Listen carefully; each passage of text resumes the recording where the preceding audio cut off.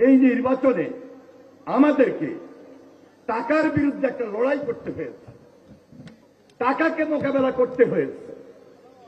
আমি সেদিনও পার্লামেন্টে বলেছিলাম, এত টাকা কোত্থেকে আসলো?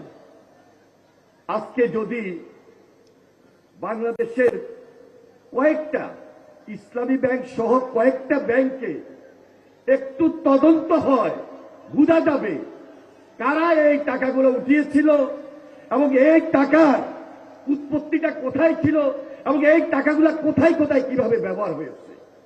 ওই টাকাই আমাদেরকে মোকাবেলা করতে হয়েছে বিদায় আজকে নতুন ভাবে আমাদেরকে চিন্তা করতে হচ্ছে এই যশোরে নতুন রাজনীতি, নতুন আঙ্গিকে, নতুন যশোর মাননীয় প্রধানমন্ত্রী আপনাদের সামনে উপহার দেবেন ইনশাআল্লাহ।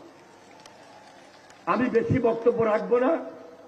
আপনারা জানেন প্রেসিডেন্ট জিয়ার একটা আন্দোলন ছিল, একটা বিপ্লব ছিল খাল খনন কর্মসূচি, এবং সেই আন্দোলন, সেই বিপ্লব আজকে গণজাগরণে পরিণত হয়েছে।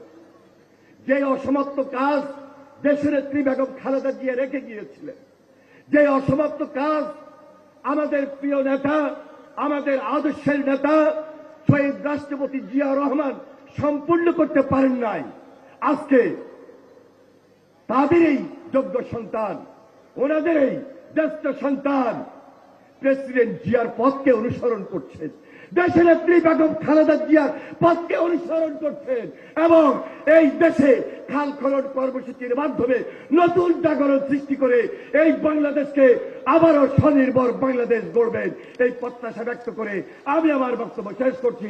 খোদা হাফেজ। বাংলাদেশ জিন্দাবাদ, জাতীয়তাবাদী দল জিন্দাবাদ, শহীদ অমর হোক দেশনেত্রী বেগম খালেদা জিয়া জিন্দাবাদ, তারেক রহমান জিন্দাবাদ, দেশনেত্রী বেগম খালেদা জিয়া অমর হোক।